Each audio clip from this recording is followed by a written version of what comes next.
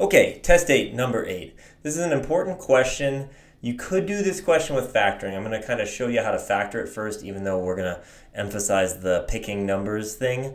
So you could take an x out. So you could have this as x times x squared minus 9. Here's the important thing. That's a difference of squares, which can be rewritten as x minus 3 times x plus 3. So that is x squared is, of course, a square. It's the square of x. 9 is the square of 3, and difference, meaning subtraction, can always be factored to x plus and minus the square root of that second term. Okay, so if g of x can be factored as well, which is x, I guess, minus 3 and plus 1, right? So if you can factor that, now look, if you have trouble with factoring, I would suggest Khan Academy is a great place to go to learn a bunch about factoring. Simply put, the way you factor is you say, okay, well, we're going to have two x's, x and x, and then you go to your second term, you go, if that's a minus, we're going to need a minus and a plus. We're going to need one of each. And then what do we need? We need two numbers that multiply to be negative 3, add to be negative 2. Negative 3, positive 1.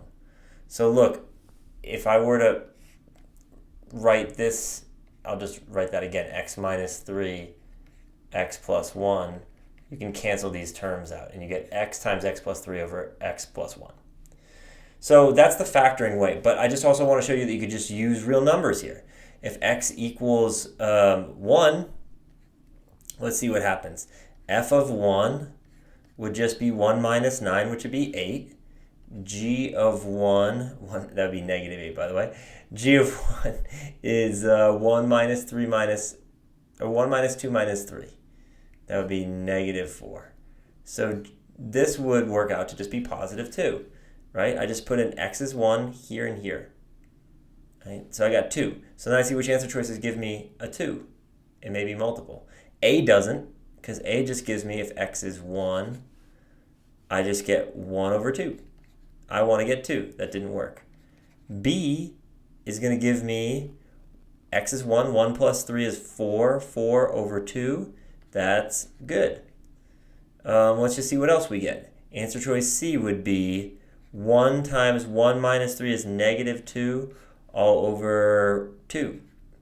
So that's equal to, let me make sure I did that right, 1, and then 1 minus 3 is negative 2. So that's negative 2 over 2. Yeah, so that didn't work because that's not equal to 2. D is 1 times 1 plus 3, which is 4, all over 1 plus 1, which is 2. 4 over 2 is a 2. Both of these work. So we know B and D are possible. And then, well, I'll move them over a little bit here. B and D, and then just try x is like 2.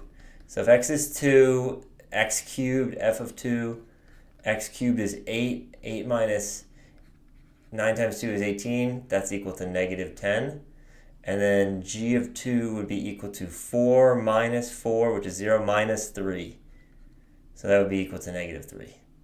So we're getting negative 10 over negative 3, which simplifies to 10 over 3.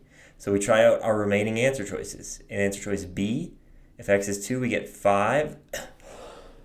Excuse me, 5 over 2. 5 over 3. So that's not right. Answer choice D, we're going to get 2 times 5 over 3. 10 thirds. D is the right answer. So we can see that there's two approaches there that work perfectly well.